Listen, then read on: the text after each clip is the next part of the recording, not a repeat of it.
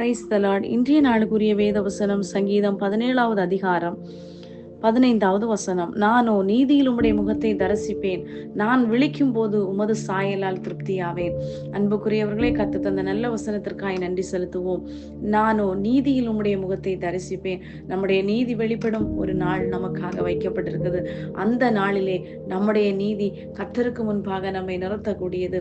நீதியும் நியாயமும் அவருக்கு முன் செல்லும் ஆதாரமாய் காணப்படுகிறது. அவருடைய சிங்காசனத்தின் ஆதாரமாய் காணப்படுபவைகள் கண்டிப்பாக ஒரு நாளிலே அவருடைய நீதி நமக்காய் இறங்கி வந்து பேசக்கூடியது. அன்புக்குரியவர்களே, ஆகையால் இன்றைக்கு உங்களுடைய நீதி மறைக்கப்படுகிறதா?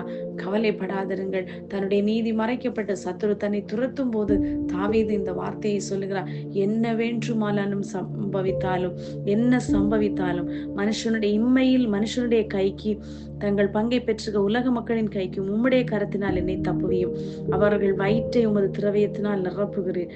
அவர்கள் புத்திர பாக்கியத்தினால் திருப்தி அடைந்து தங்களுக்கு மீதியான பொருளை தங்கள் குழந்தைகளுக்கு வைக்கிறார்கள். பாருங்கள், உலகத்தில் உள்ளவர்கள் நாமும் இந்த நாட்களிலே பல சூழ்நிலைகளிலே எவ்வளவுதான் கர்த்தருக்காக ஓடினாலும் நாம் பல நேரங்களில் நம்முடைய சிந்தனை இம்மையில் என்னுடைய பிள்ளைக்காக, இல்லை என்றால் என்னுடைய குடும்பத்தாருக்காக என்று நாம் கருதுகிறோம். இந்த இடத்திலே தாவீது சொல்லுகிறது, இவை எல்லாம் இருந்தாலும் நான் என்ன செய்வேன்? நான் நீதியில் கர்த்தருடைய முகத்தை தரிசிப்பேன். மறுமையிலும் எனக்கு ஒரு வாழ்வு இருக்கிறது, நித்திய ஜீவன் என்பது உண்டு என்பதை வெளிப்படுத்துது, ஒரு உறுதிப்படுத்துகிற விதமாய், இல்லை என்றால் ஆணித்தரமாய் தாவீது அந்த இடத்திலே அறிக்கையிடுகிறார்.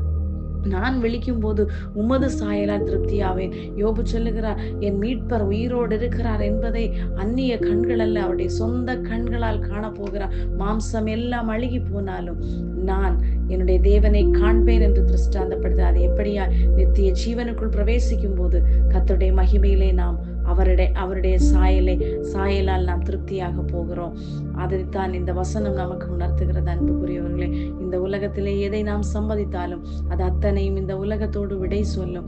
ஆனால் அழியாத நித்திய ஜீவனுக்காய் கர்த்தர் உங்களை அழைத்திருக்கிறார். இன்று வரைக்கும் அப்படியான ஒரு சூழ்நிலைக்குள் அந்த இயேசுவை நீங்கள் சொந்த இரட்சகராக ஏற்றுக்கொள்ளவில்லை என்றால் இதே இரட்சணியத்தின் நாள், இன்றைய அனுகிரகத்தின் காலம். அன்புக்குரியவர்களே, எதை இழந்தாலும் பரலோக பாக்கியத்தை இழந்து போகக்கூடாது. அவருக்கு பிள்ளைகளாய் அவருடைய சாயல் நாம் திருப்தியாக வேண்டுமானால் அவருக்காக நாம் வாழ வேண்டும். அவர் செய்த கட்டளைகள் கற்பனைகள் அத்தனையும் நாம் கீழ்ப்படிந்தால் அவருக்கு பிள்ளைகளாக அவருடைய சொந்த புத்திரராய் நாம் வாழ்ந்து அவரோடு சேர்க்கப்பட்டு அவரோடு கூட நடக்க முடியும். பொறுத்தள வீதியிலே நாம் நடக்க வேண்டுமானால் அவருக்கு பிள்ளைகளாய் மாற வேண்டும். அவர் புத்திர சுவிகாரத்தின் ஆவியை தந்திருக்கிறார். இந்த நாட்களிலே நித்திய ஜீவனுக்காய் நித்திய ராஜ்யத்துக்காய் நாம் பிரயாசப்படுவோம். கர்த்தர் தாமே உங்களை ஆசீர்வதிப்பாராக. ஆமேன். God bless you all.